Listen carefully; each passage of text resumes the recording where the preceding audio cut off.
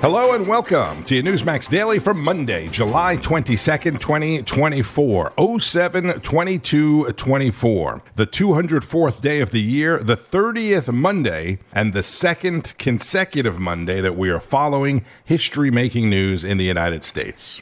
Does anyone think it's even a little odd that the sitting president of the U.S. would drop his re-election bid in a letter on social media on a Sunday afternoon? Shouldn't that happen like in a big televised event, a press conference? Now the White House, who was reportedly caught off guard by the whole thing, says the president will hold a press conference sometime this week. He should never have been president in the first place. Never thought he should, but it looks like he's melting down. I just think his mental state right now is just not putting him in the right place to run. I think that Biden has divided this country. Put aside all his fumbling and obviously his age. I think his age has just caught up with him, and the professionalism he brings, there's just a lack of confidence. I think someone's pulling strings. Did his best. He's a long time in politics. He should just go enjoy, him and his wife go and enjoy the kids in Delaware. We just need some young blood. I think him and the opposing party should each step down and let younger people in. Who would be a good replacement? Who's young, who's fresh? I like Kamala Harris. I think they're going to have to put Kamala be the head of the ticket. Be a bigger uproar if they didn't do that. Do you think she's electable? No. I think she's got the same policies that he does. She polls worse than he does. I don't know why that's better. Have you watched her be interviewed and do interviews? She's just not a viable president in any way, shape, or form. Who should take his place on the ticket? Tough question. I don't see really any great candidate. Front runner might be, Newsom. I would love the candidates you put into office actually had your best interest at heart. It's very, very late. It could be hard for them to orchestrate this whole thing. Reaction from people on the streets of New York City speaking to Newsmax. She said it's going to be hard for them to orchestrate this whole thing. Well, if you thought the media cover-up and spin for President Biden was something, you ain't seen nothing yet. As many conservative lawmakers and pundits had predicted, the talk of President Biden's many accomplishments and his unbelievably successful presidency, now capped off by such a heroic act of stepping down as the nominee, putting the country before himself, started immediately. And then when a second tweet came from the @POTUS account that, oh yeah, I endorse Kamala Harris, who I made the first black female president to be the nominee, because he didn't put that in his original statement, if that was even his statement.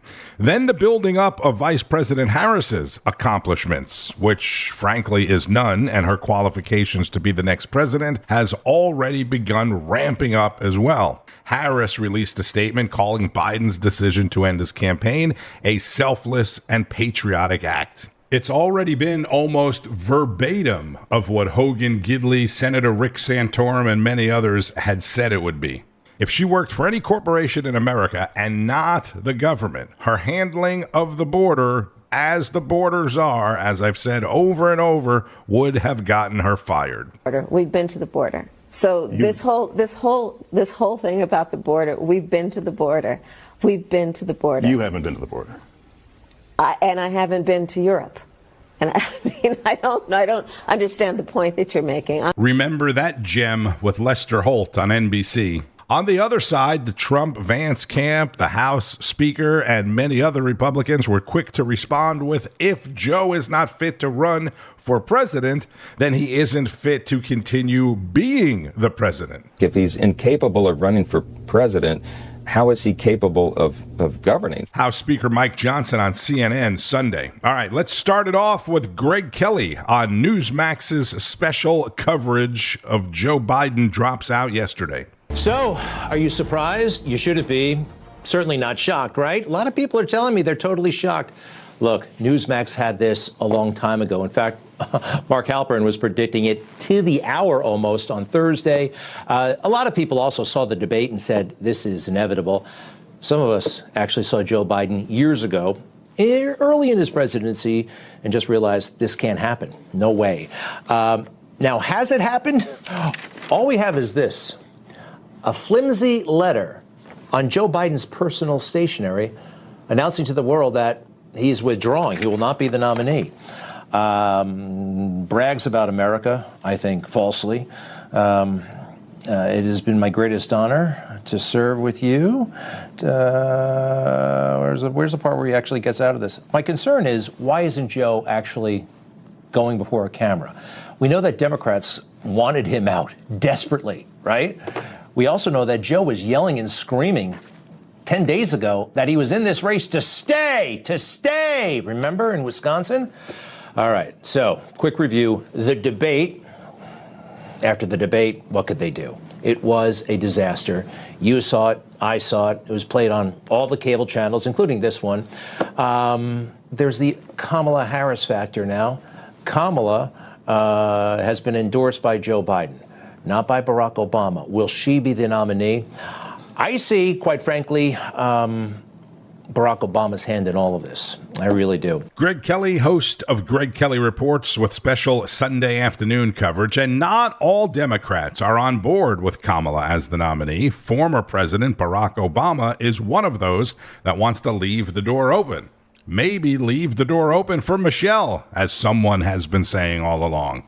If you've been listening to the Newsmax Daily, I told you more than a year ago Joe isn't going to be the nominee, and that I really thought it would be Michelle Obama. Now, it has also become clear, though, that many Democrats knew it all along as well. That's why they wanted that never-held-before-June debate, right? Knowing it would expose Joe Biden's condition that they have obviously known about all along, and then they would have time to do all of this. Greg also spoke with Newsmax political analyst Mark Halperin, who told everybody last week that this was going to happen on Sunday afternoon.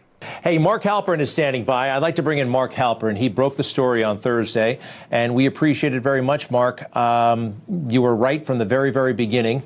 But now that it's broken, what do you think, and what's going to happen next? Well, I think of it in kind of three phases. One is to continue to unpack what happened exactly with Joe Biden's decision-making.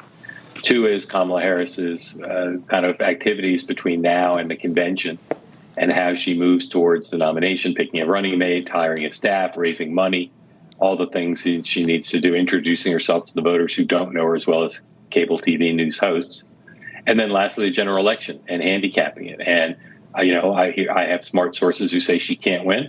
And I just heard from one Republican who said, I thought her chances were 0, but upon thinking about it and looking what's happened today, I think her chances are 40%. All right.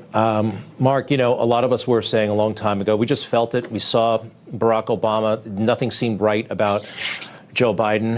And I am suspicious. I don't think Kamala Harris could withstand a traditional, 9-month campaign for president. I don't think she could hack that.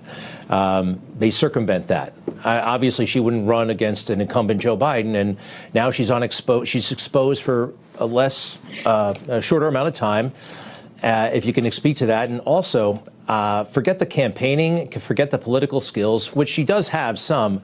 I hear she's a terrible manager and basically can't keep anybody employed for more than a couple of months. Well, I'd say if you're looking to appraise her strengths and weaknesses, I would put word salad down the list. What I put high on the list is record of poor management and record of not doing well under political pressure. And she's about to have to deal with both those things in a pretty intense, unprecedented way. I don't think there's a conspiracy theory here to give her a short campaign. I think what occurred was that the Democratic Party, after the debate, recognized that they were making a horrible political mistake in thinking that a candidate where 70% of the country doesn't think they have the acuity to be president could possibly win. She's got a chance to win, and I think it is greater than a lot of Republicans realize, particularly if she launches strong, redefines herself, separates herself from the administration to the extent she can, and picks a good running mate. I think she can win, and Joe Biden's chances of winning were negligible. Democrats have traded a doomed candidacy for a risky one, but risky is better than doomed. That's Newsmax political analyst Mark Halperin on with Greg Kelly. You are likely surprised to hear him say that Kamala could win. I, for one, am not. More on that in a little bit. But first, the Republican nominee for president, former President Donald Trump, held a rally in the battleground state of Michigan on Saturday, only 2 days after giving the longest acceptance speech in RNC history at 93 minutes, and only a week after nearly being assassinated. Let me begin this evening with a very special thanks to Americans nationwide, including all of you here today, for your extraordinary outpouring of love and support in the wake of the horrific last Saturday event. And when you think of it, it was exactly 1 week ago today, almost to the hour, even to the minute.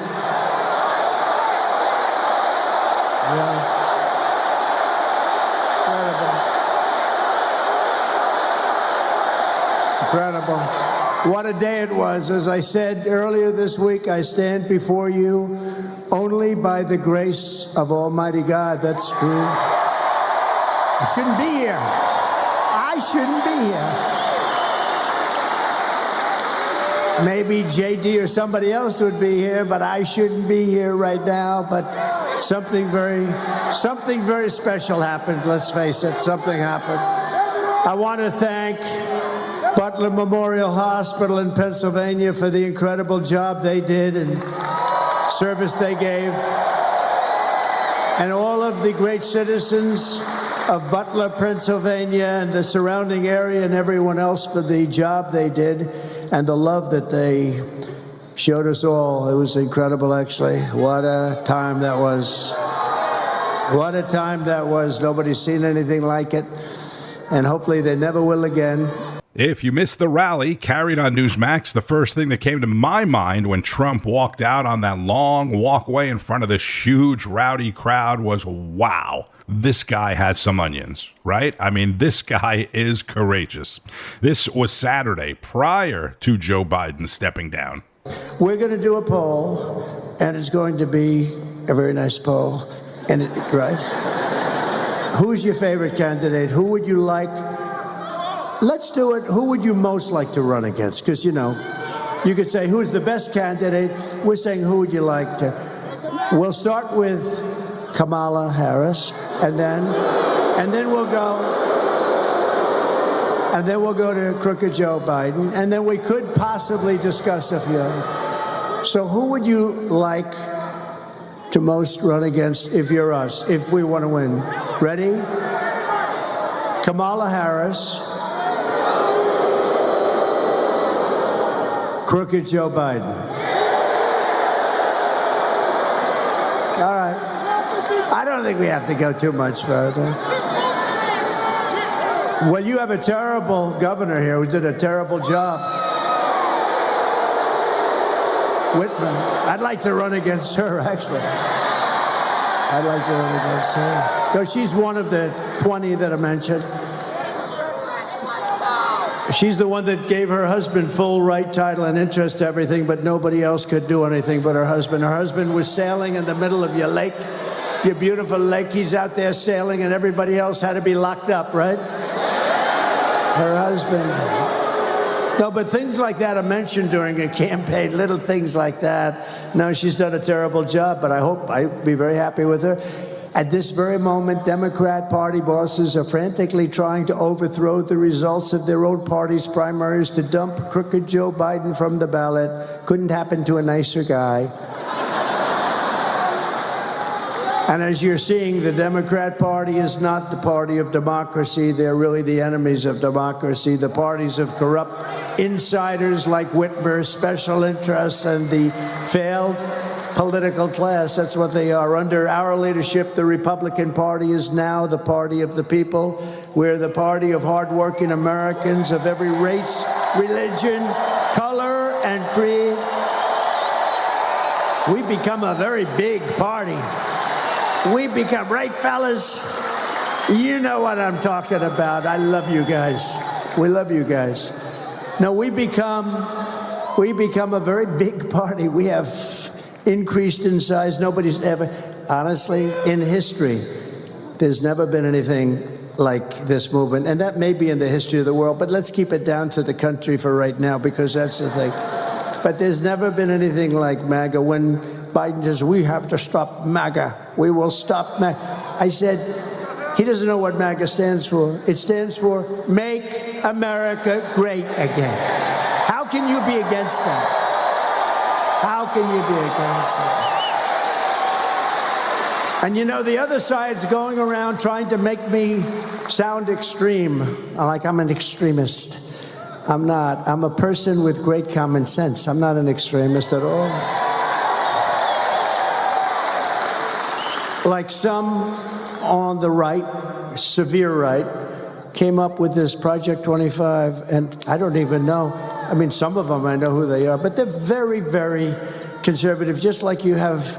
They're sort of the opposite of the radical left, okay? You have the radical left and you have the radical right, and they come up with this, I don't know what the hell it is, it's Project 25. He's involved in Project, and then they read some of the things and they are extreme. I mean, they're seriously extreme. But I don't know anything about it. I don't want to know anything about it. But what they do is misinformation and disinformation, and they keep saying, he's a threat to democracy. I'm saying, what the hell did I do for democracy? Last week, I took a bullet for democracy. What did I do against democracy? Crazy.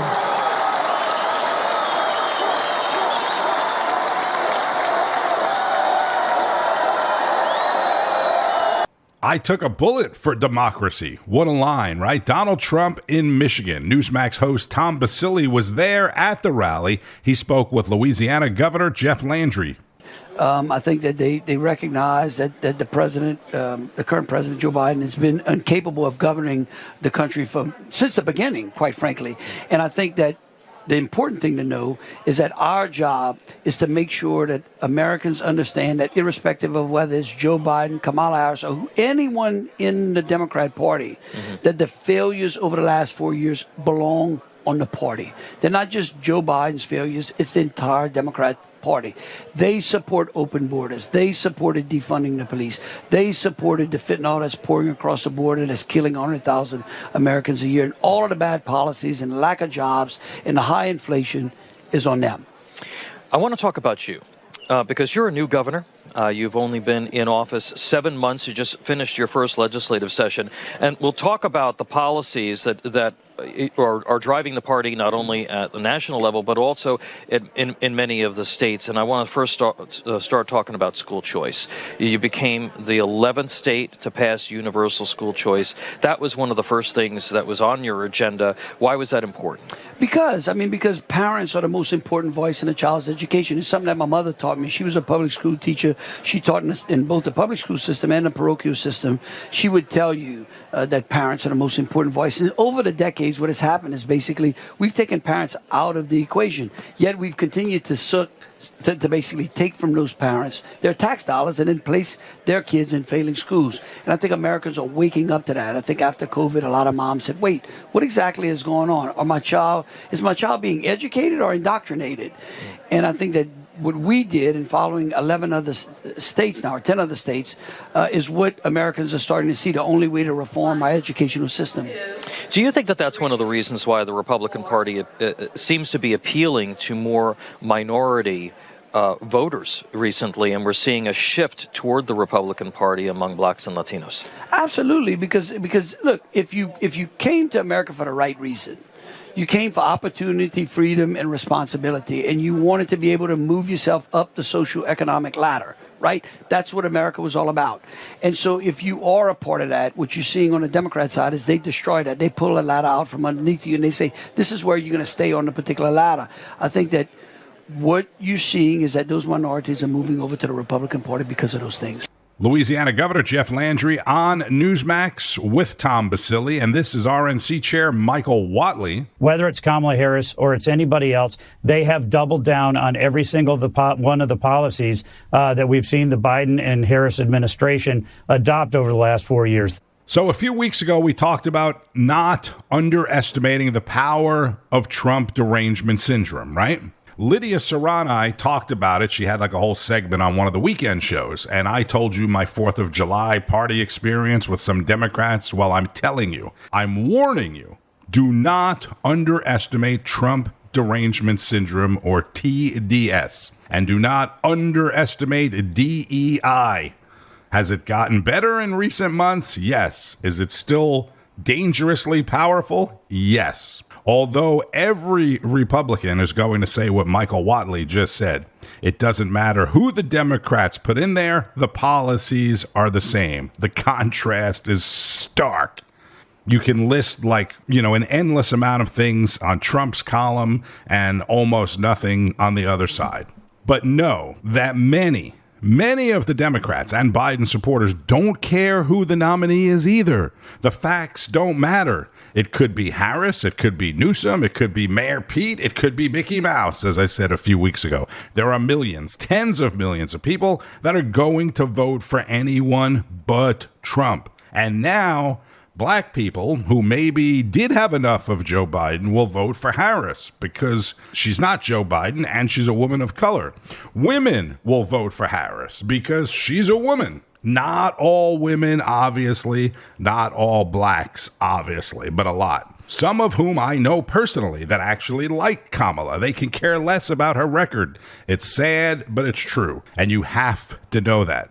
Newsweek is reporting today that a coalition of former Republican presidential candidate Nikki Haley voters have already pledged their support for Vice President Kamala Harris's presidential bid. The Political Action Committee, previously known as Haley Voters for Biden, have now changed the name to Haley Voters for Harris. Guy named Craig Snyder, the director of the group, told Newsmax in an email Sunday that the organization believes Harris, this is a quote, is best suited to defeat Donald Trump in November. That is all they care about. And every single Democrat will talk about and has talked about defeating Trump. That's the whole agenda. And abortion. They don't ever talk about policy. It's just beating Trump and it's abortion. And I think Joe Biden staying in the race would have actually been better for Trump. I know you don't agree with me, but this is potentially dangerous. Meanwhile, I came across this and I thought you should hear it. Former Democrat Tulsi Gabbard, now an ally of Donald Trump, posted this on her X account yesterday.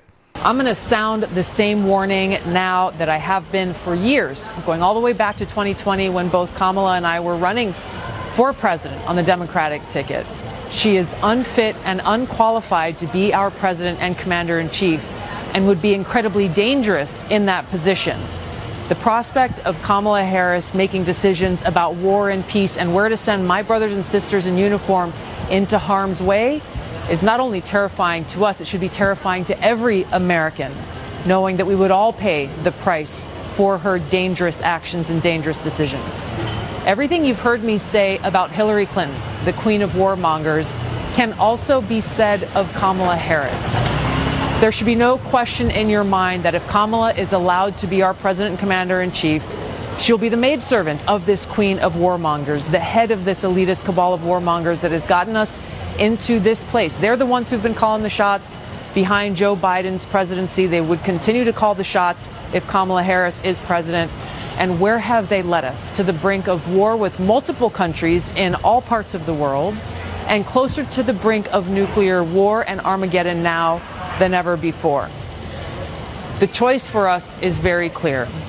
If we cherish peace and freedom, and if we love our country, we must vote against Kamala Harris in this election on November 5th and vote for Donald Trump.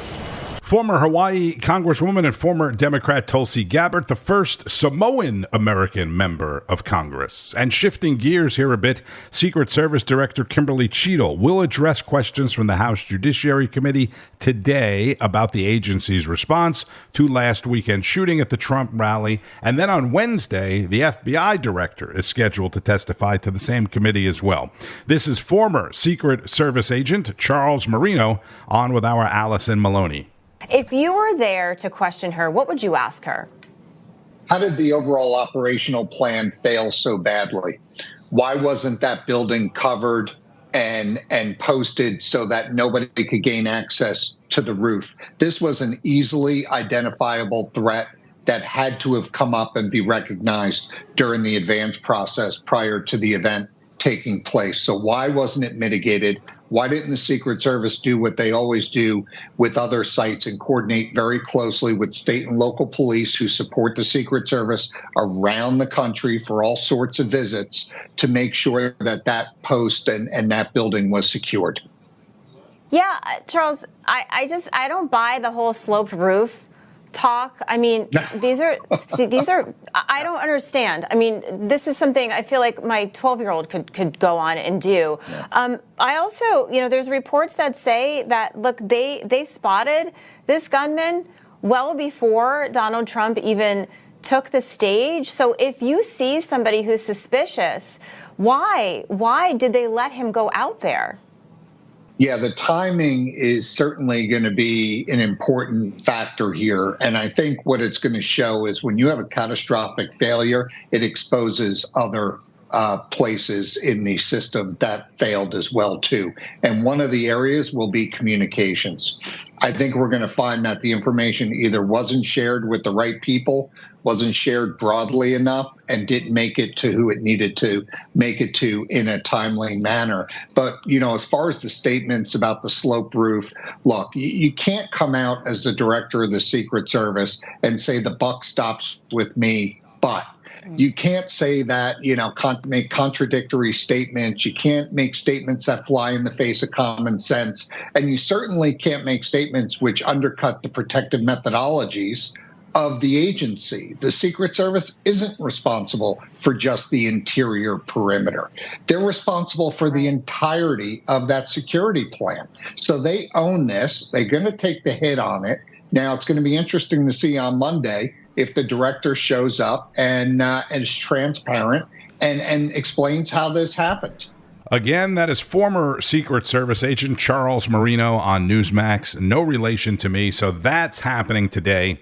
Israeli Prime Minister Benjamin Netanyahu is on his way to Washington this week. You'll be hearing a lot about this as well. He's going to meet with President Biden, and on Wednesday, he's going to address members of Congress. On Wall Street, corporate earnings reports are going to dominate the financial headlines. This morning, the markets opened in the green. And be sure to keep up with all of the news today on Newsmax, Newsmax.com, and on Newsmax Plus for the most complete lineup of all your favorite shows and hosts. Greg Kelly reports, Rob Schmidt tonight, Greta Van Susteren, Carl Higbee, National Report, Wake Up America, and more with analysis from people like political analyst Mark Halperin, Judge Napolitano, Governor Mike Huckabee, Carrie Lake, former acting Attorney General Matthew Whitaker, and many others. I'm Tony Marino. Thank you as always for listening to the Newsmax Daily. Buckle up because it's going to be a heck of a 3-month ride. And keep on fighting the good fight. News breaks every minute, every day. You need the app, the Newsmax app. Find it free on your smartphone store. Then watch us anytime, anywhere. It's our America. We conquered it. We built it. Great values like honesty and fairness. Great courage. A great nation needs a free press. Newsmax is it. 30 million Americans regularly go to Newsmax when they really need to know. They watch Newsmax TV at home. On the free Newsmax app, they go to Newsmax.com. Start today. Newsmax is real news for real people.